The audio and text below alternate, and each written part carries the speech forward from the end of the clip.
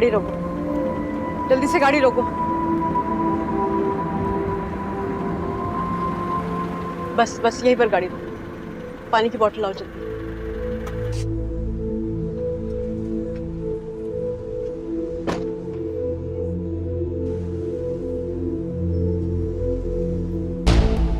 मैं झूठ नहीं बोल रही। इन्हीं के बेटे से मेरा निकाह हुआ। इनका बेटा मेरा शौहर है। बाबा ने जिस शख्स से मेरा निकाह करवाया था वो इन्हीं का बेटा है। निकाल पैसे इसके बैग में से। जितने दिन मेरी बेटी ने काम किया, निकाल पैसे। नुशावा जल्दी कर।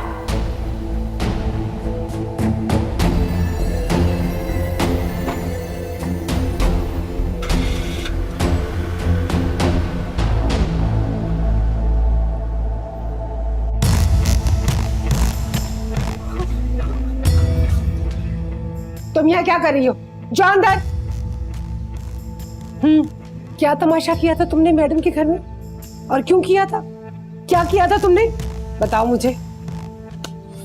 शुरू से लेकर आखिर तक सब कुछ सच सच बताना। अगर तुमने मुझसे कुछ छुपाया या झूठ बोला तो इस घर में तुम्हारा आज आखिरी दिन होगा। सुना तुमने? आखिरी दिन होगा तुम्हारा। अरे मैं तुमसे कुछ पूछ रही हूँ। बताती हूँ, बताती हूँ।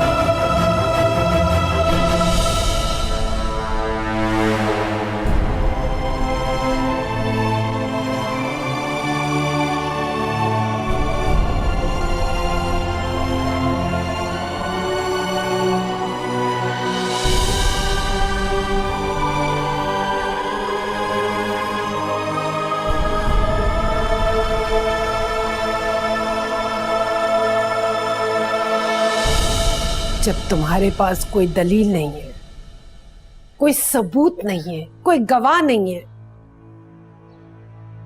तो किस बुनियाद पे ये तुम सब कुछ कह रही हो? जब तुम्हें पता था कि वो तुम्हारी मैडम का बेटा है, मुझे बताना चाहिए थे ना। फिर तो तुम्हें उसके घर में जॉब करने के लिए जाना नहीं चाहिए था। फिर तुम क्यों गई उस घर में? बताओ मुझे। ठीक करना चाहती थी मैं, नहीं जाना चाहती थी वहां पे। अच्छा, ये इल्जाम भी तुम मेरे सर लगा रही हो कि मैंने तुम्हें उस घर में जबरदस्ती भेजा है।